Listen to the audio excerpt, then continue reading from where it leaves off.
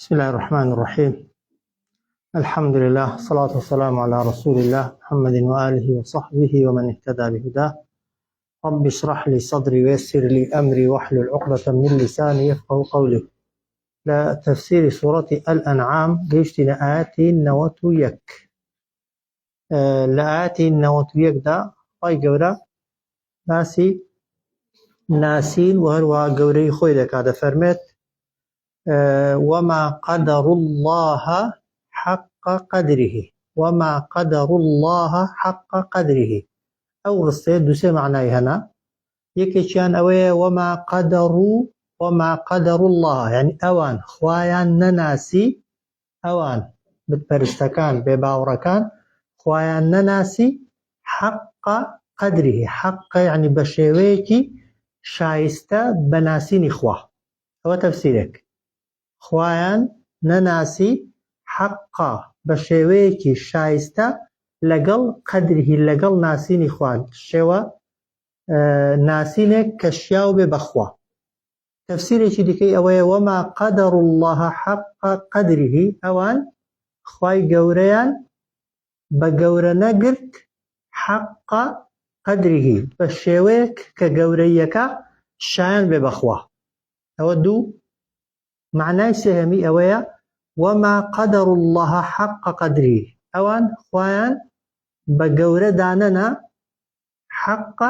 قدره بشويك كبقورة دانانك شياو بي لقل خواه طبعا همو معناه كان راسن اگر كسك خواي بناسي ببي قماني خواز دا پرسته كسك الرزي خواي پروردگار بگريت و رز بو خواي پروردگار داني بێگومان ڕێزگرتنەکە وای لێ دەکا بە قسەی کات و گوێڕایەڵی بێ و هەروەها ئەو کەسەشی کە بزانێ خوای گەورە چەندە بەدەسەڵاتە و چەندە بەهێزە و چەندە گەورەیە هیچ کات لە ئەمر و فەرمانی لا نادا وێ دەفەرمێ وەما قەدەر الله حق قەدره ئەوان خوایان نەناسی یان ڕێزی خوایان نەگرت یان خوای گەورەیان بە گەورە نەزانی حق قدره حقق بشوية كشايستبه بناسيني خوا يا بقوري خوا يا برزي خوا إذ قالوا كاتك قتيان ما أنزل الله نينار دو تخوار خوا على بشر بسر هز مروفيك دا من شيء هجتك إذ قالوا كاتك قتيان ما أنزل الله نينار دو تخوار خوا على بشر بسر هیچ مروفيك دا من شيء هجتك قل بيان بلي أي محمد صلى الله عليه وسلم من أنزل الكتاب من كيبو أو ذاتي أو كسيك أنزل الكتاب ناردي خوار كتاب الذي أو كتابي كجاء به هاتفو بي موسى طبعا هم بتبرستكاني مكش دەیان زانی کە موسا پێغەمبەر بووە و کتێبێکی بۆ هاتووە لەلایەن خواوە کە ناوی تەوراتە و جوولەکەکانیش تەوەنی اعترافیان بە تەورات و بە پێغەمبەرایەتی موسا دەکرد خۆ موساش بەشەر بوو خوا چۆن بۆ موسا کتێبی نارد باوەڕتان پێیەتی بۆ کە کتێبێک بۆ محەممەد بۆ کە لە خۆتانە و دەیناسن باوەڕی پێ ناکەن قل من أنزل الكتاب پێیان بڵێ کێ ناردیە خوارێ أو كتابة الذي جاء به أو كتابة كهاتبو بي موسى كنورا أو كتابة نور رناجيبو وهدى للناس وهروها الرينموني والرقاب شاندرش بو خلق زاخوا دفرمي تجعلونه أوان ديان جراء أو كتابة كبويان هاتبو جولك كان تجعلونه ديان جراء وان لذكت ديان كده قراطيس فرفر ها بش تبدونها لو حزيان لبا اشكران ذكرت دان قد لكتابه كمان دا خوا او فرماني كردو او حلال كردو او حرام كردو او لمصلحتيان با لبرجونديان با بدليان با اشكران ذكرت وتخفون كثيرا بلام دان شاردوا زورك لنا كتابه كان دا او لمصلحتيان نبو بتايبت علامته نشاني هاتني پیغمبري كوتان دشاردوا باسيان ذكر تورات وكو او كاد وكو قرآني نبو همو لنا دو پريدا نووسرابێتەوە و ئەو کەسەی کە کتێبەکەی دەستکەوت توانی بای هەمووی بخوێنێتەوە کردبوویانە بەش بەش ئەوەی حەزیان لێبایە لەکن خەڵکی ئاشکرایان دەکرد دەیانگوتەوە بەشێکە لە تەورات ئەوەی حەزیان لێ نەبایە و لە مەسلحەتیان نەبایە دەیان شاردەوە جاخوا دەفەرمێت وعلمتم ئێوە فێر بوون بەهۆی ئەو کتێبەوە بەهۆی ئەو قورئانەوە ما لم تعلموا ما شتانێک کە لم تعلموا ئێوە تا ئێستا نەتان زانیوە ئەنتم ئێوە ولا ئاباؤکم هەروە باب باپیرانشت ئەو جار قل پێیان بڵێ ئەی محەممەد صلی الله عليه وسلم قل الله قل الله طبعا ئەگەر بێتەوە بخوێنینەوە پێیان بڵێ الله ئەوەی کە کتێبی بۆ من ناردۆتە خوارێ ئەوەی وحی بۆ من ناردووە ئەوەی منی کردووم بە پێغمبەر اللهە ثم پاشان ذەرهم لێیان گەڕێ وازیان لێبێنە في خوضهم با لەناو ئەو سەرگەردانی و سەر لێ شێواویەی کە تێیدان یەلعەبون یاری بکەن و گاڵتە بکەن و بمێننەوە واضحە سەیریکەنەوە وما قدر الله حق قدره ئەوان خوایان نەناسی بە حق قدره بە شایستە ناسینێکی تەواو ئەوە تەفسیری یەکەم یان خوای گەورەیان بە گەورە نەگرت بە شێوەیەک کە شایان بێ بە گەورەی خوا یان ڕێزی خوایان نەگرت بە شێوازێک کە شایستە بێ لەگەڵ بۆ ڕێزگرتن لە خوای گەورە إذ قالوا كاتك قتيان ما أنزل الله على بشر من شيء ني ناردو تخواري خوا بسر هیچ مرۆڤێک دا هیچ شتێک ئەوان دەیانگو دەگەر خوا بیوێت پەیاممان بۆ بێنێت و پێغمبەرمان بۆ ڕەوانەکە مەلایکەتێک دەنێرێ یان ڕاستەوخۆ خوا بۆ خۆی قسەمان لەگەڵ دەکات ناکرێت بەشەرێک وەکو ئێمە بخوا و بخواتەوە و لەناو ئێمە لەدایک بوو بێت و وەکو ئێمە بخەوێ و بنوێ و هات و چۆ بکا پێغمبەری مەش بێت و نوێنەری خوش بێت ئەو بە عەقڵی خۆیان وەکو بیان و گرتن لە پێغمبەر إذ قالوا ما أنزل الله على بشر من شيء دەیانگوت خوا هیچ کاتێک هیچ شتێکی بە هیچ بەشەر و مرۆڤێکدا نەناردۆتە خوارێ بۆ سەر خەڵکی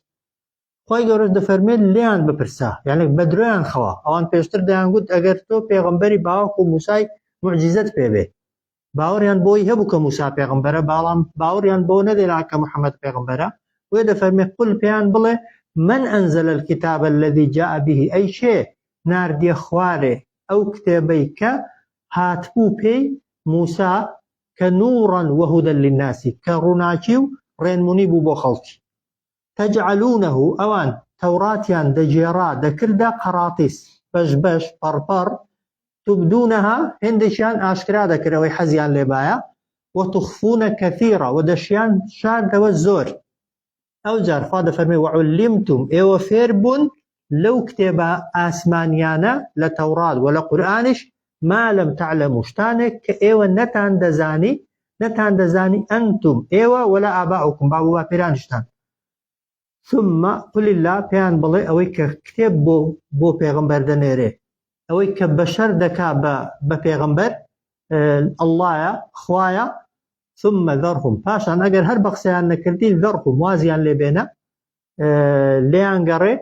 في خوضهم يلعبون با لەناو شتە پوچ و بەتاڵ و بێکەڵکەکانی خۆیاندا یەلعەبون یاری بکەن و گاڵتە بکەن و بمێننەوە ئەو جار دەفەرمێت وهذا ئەوە ئەو قورئانەی کە لە بەردەستاندایە کتاب نووسراوێکە ئەنزەلناه ئێمە ناردومانەتە خوارێ ئەوە یەک پاشان مبارەک کتێبێکە پیرۆزە بەپیتە بە بەرەکەتە ئەوەن بۆ دنیا و بۆ قیامەتی ئینسانی ئەگەر پەیڕەوی لێ بکەیت ئەو جار مصدق الذي بين يديه بەڕاست دادەنێ الذي ئەو کتێبەی بين يديه کە پێش ئەو هاتۆتە خوارێ کە تەورات و ئینجیلن ئەو جار وەلیتونذیرا هاتووە ئەو قورئانە تا تۆ بترسێنی تۆ ئاگادارکەیەوە ئوم القوڕا یعنی خەڵکی ئوم القوڕا یعنی دایکی ئاوەدانیەکان کە مەبەستی پێی مەککەیە کە لە ڕووی قەدیمیەوە طبعا مەککە زۆر قەدیمە و هەروەها ئەو کاتە پێیان گوتراوە یعنی یەک لە ناوەکانی ئوم القوڕا بوو یعنی ئاوەدانیەکانیوی زۆر گوند و ئاوەدانی لەویەوە سەرچاویان کرد و خەڵک لەوێەوە چۆتە دەوروبەریان ئاوەدان کردوتەوە ئەو جار وەمەن حەولها ئەو کەسانش بترسێنی کە لە دەوروبەری مەکەن دەوروبەری مەکەی کوێیە ئەوەن مەککە چەقی زەویە، یعنی هەموو سەرزەوی، خەڵکی هەموو سەرزەوی، چونکە خوای گەورە پێغەمبەری لە مەککەی نارد یەکەم جار ئاەتەکانی بەسەر خەڵکی مەککەدا خوێندەوە، بەڵام لەوێشەوە ئاەتەکان پەخش دەبن و بڵاو دەبنەوە بە دەوروبەری مەککەدا، یعنی بەسەر هەموو سەرزەویدا. جا دەفەرمێ والذین یؤمنون بالآخرة، ئەوانەی کە باوەڕ دێنن بە ڕۆژی دوایی، یؤمنون به، باوەڕیش دێنن ئەو کتێبە و هەروەها بەو پێغەمبەرە. ئەو جار وهم على صلاتهم، و ئەوان لەسەر نوێژەکانیشیان یحافظون، پارێزگاری دەکەن و نوێژەکانیان لە کاتی خۆی و بە شێوازی خۆی جێبەجێ دەکەن. وهذا ئەوە کتاب ئەنزەلناه، کتێبێکە نووسراوێکە ناردوومانەتە خوارێ کە مبارەکون، کتێبێکی پیرۆز و بەپیت و بەرەکەتە. مصدق، بەڕازدانەرە ئەو کتێبە کە مەبەستی قورئانە، الذي، بۆ ئەو کتێبەی بین یدیه، کە پێش ئەو هاتۆتە خوارێ کە تەورات و ئینجیلن. ئەو جار ولتنذر، هاتووە تا تۆ بترسێنی ئەی محەممەد صلی الله عليه وسلم، ئاگادار کەیەوە بەو قورئانە القورى، القورى یعنی خەڵکی ئاوەدانیەکە، یان خەڵکی دایکی ئاوەدانیەکە، خەڵکی مەککە.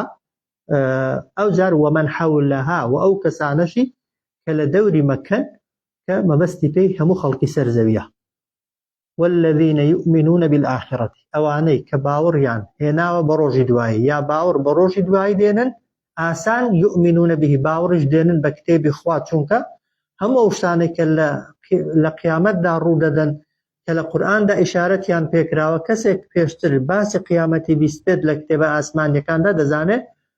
باسی قیامەت تەنها خوا دەیزانێت و پێغەمبەران دەیزانن. بۆیە ئەوانەی کە باوەڕیان بە دوا ڕۆژ هەیە یؤمنون به، ئاسان ئیمان دێنن بە قورئان و بە پێغەمبەر.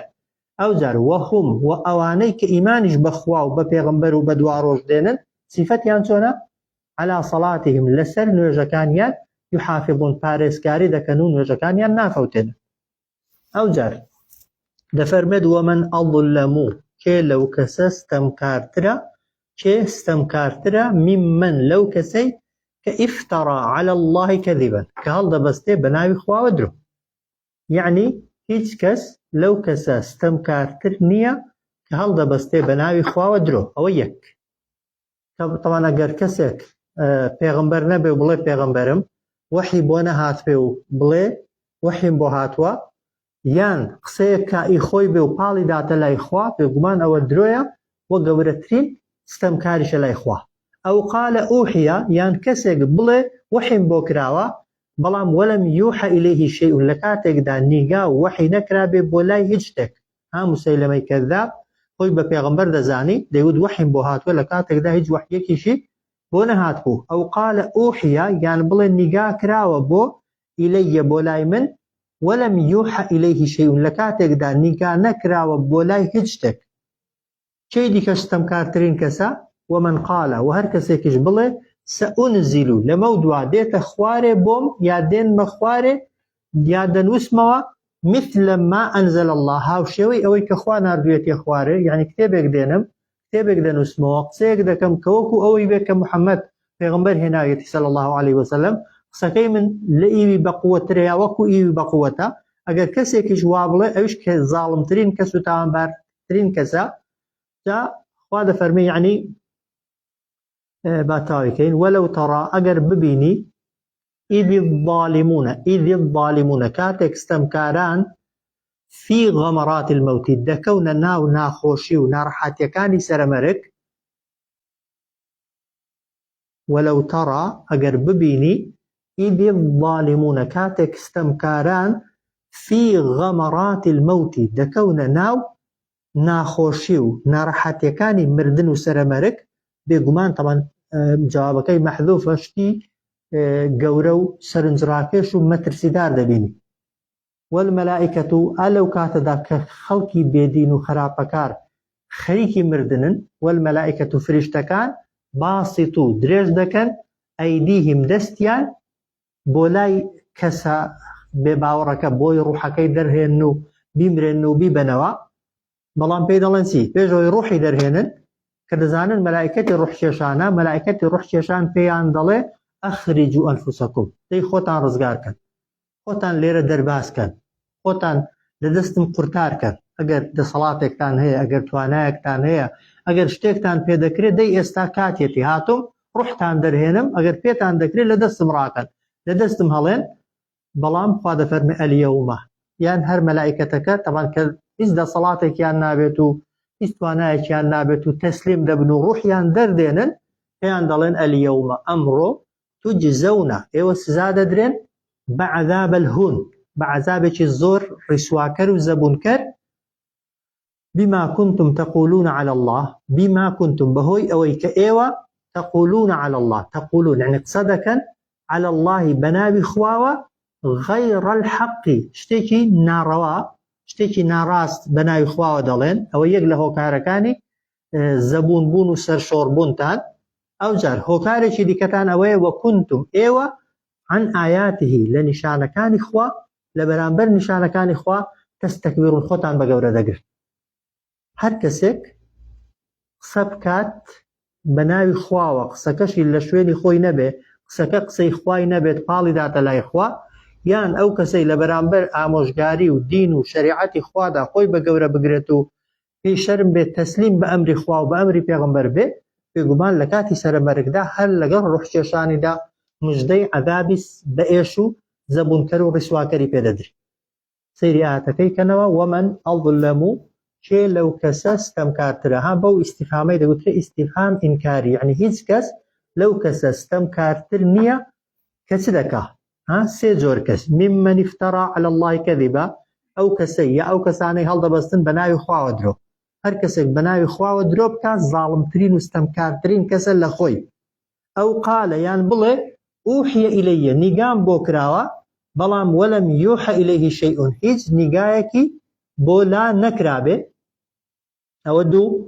ومن قالە و هەر کەسێکش بڵێ سەئونزیل لەمە دووە ئەمنیش دەتوانم دابەزێنم یا بنووسمەوە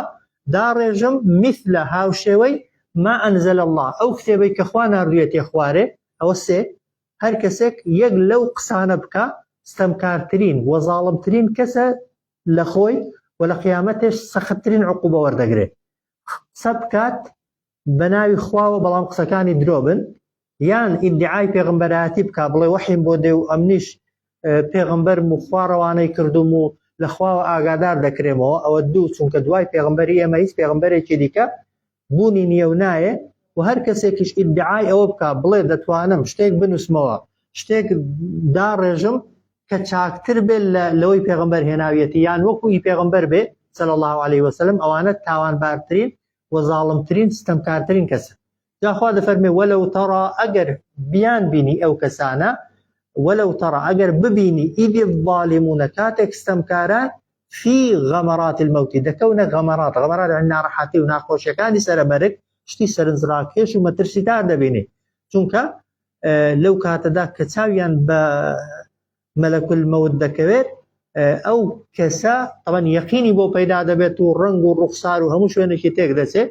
و تەواو تەسلیم دەبێت و هیچ نکۆڵیەکی پێ ناکرێت خوا دەفەرمێ وەلمەلائیکەت و فریشتەکان لەو کاتەدا باسط و ئەیدیهم درێژ دەکەن دەستیان پێیان دەڵێن ئەخریجو ئەنفوسەکم خۆتان ڕزگارکە ئەخریجو بێنە دەرێ لە دەستم خۆتان بێنە دەرێ لە دەستمان خۆتان ڕزگارکەن ئەلیەومە ئەمڕۆ توجزەونە ئێوە سزا دەدرێن بعذاب الهون بسزايكي زبونكر ورسواكر بما كنتم بهوي أوي كأيوة تقولون على الله تقولون قصدكا بنابي خواوا غير الحق بشويكي ناراست ناروا وكنتم وأيوة عن آياته لبرانبر نشانا كان خوادا تستكبرون خوتان بقورة دقر أو جار كتونا قيامت أو هيج روحي عن در هندرا مردن دواتر كزندو بونوا خواي قورة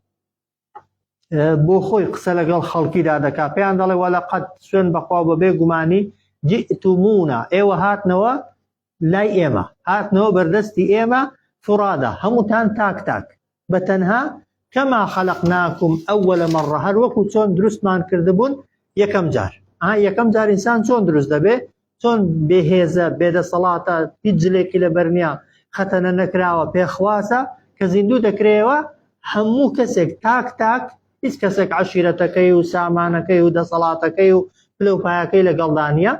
يعني ولقد جئتمونا قال فرمي ايوه هاتنا وبردستي ايما فرادا بتنها كما خلقناكم اول مره هر وقت چۆن دروستمان کردبوون یەکەم جار ئەو جار وتركتم بەجێتان هێشت لە دنیادا ما خولناكم ئەو سەروەت و سامانەی کە خستبوومانە ژێر دەستان و ئێوە دەسەڵاتتان بەسەریدا دەشکا وتركتم بەجێتان هێشت ما خولناكم هەرچی پێمان بەخشی بوون لە ماڵ لە سامان لە دەسەڵات لە منداڵ وەڕاء ظهورکم لە دوای خۆتان هیچ کەسی شتێکی لەگەڵ خۆی بردووە بێگومان نا خوا دەفەرمێ وما نەڕا معكم ناشبینین لەگەڵتان شفعاءكم هیچ کاکارێکتان لەگەڵ بدا بێ الذين ئەوانەی زعمتم ئێوە وا گومانتان دەبرد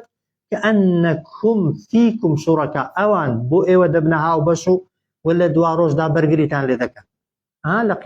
لە بتپەرستەکانی مەکە پرسی بە بۆچی ئەو خوانە دەپەرستن ناندەگو لەبەرەوەی ئاسمانیان دروست کردووە و زەویان دروست کردووە و ئێمەیان دروست کردووە دەیانگوت بۆ ئەوەی لەکن خوای شەفاعەتمان بۆ بکەن و تکامان بۆ بکەن خوای گەورەوە بینیان دێنێتەوە دەفەرمێت وما نەڕا معكم نابینین لەگەڵتان ئێستا شفعاءكم تکاکارەکانتان کام تکاکارانە الذين ئەوانەی زعمتم ئێوە وا گومانتان دەبرد كأنهم فيكم ئەوان بۆ ئێوە دەبنا شوڕەکە هاوبەش و لكن خوای دەتوانن تکاتان بۆ بکەن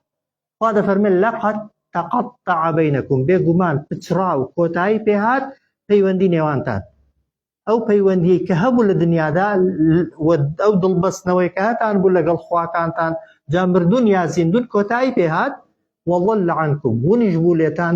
ما كنتم تزعمون ئەوانەی کە ئێوە وا خەیاڵتان دەکرد کە هاوبەشی خوان و وا خەیاڵتان دەکرد کە لەکن خوای شەفاعەتتان بۆ دەکەن و تکاتان بۆ دەکەن سەیریکەنەوە ولقد جئتمونا سوێن بەخوا و بەبێ گومانی ئەوە قسەی خوایە ئێوە هاتنەوە لای ئێمە فرادا بەتەنها كما خلقناكم هەر وەکو چۆن دروستمان کردبوون ئەوەلە مەڕە یەکەم جار ئەوە یەک ئەوجا وتركتم بەجێتان هێشت ما خولناكم ئەوەی پێمان بەخشی بوون وەڕاء ظهورکم لە دوای پشتان لە پشت خۆتان یعنی لە دوای خۆتان وما نەڕا معكم ناشبینین لەگەڵتان ئێستا شفعاءكم تکاکارەکانتان کام تکاکارانە الذين زعمتم ئەوانەی کە ئێوە وا گومانتان دەبرد كأنهم کە بەبێ گومانی ئەوان فيكم بۆ ئێوە دەبنە شوڕەکە هاوبەش و تکاکار ئێستا کەستان لەگەڵ نییە بۆ ئێستا بەرگریتان لێ ناکەن و دیفاعتان لێ ناکەن خۆ لەو ڕۆژەی سەختتر و ناڕەحەتتر دەست ناکەوێت ئەگەر خوایەک بەکەڵکی ئەو ڕۆژەی نێ بەبێ گومانی خوا نییە چونکە خوا بۆ کاتی تنگانەیە و لە کاتی تنگانەدا ئینسان حەز بە پێویست بوون بۆ دەکا کە عەبدی کەسێک بێت و بەندەی کەسێک بێت کە لە خۆی بەدەسەڵاتدارترە جا خوا پێیان دەفەرمێت لقد تقطع بينكم يعني سوێن بەخوا و بەبێ گومانی پچڕا و کۆتایی پێهات پەیوەندی نێوانتان وضل عنكم منیش بوو لێتان ما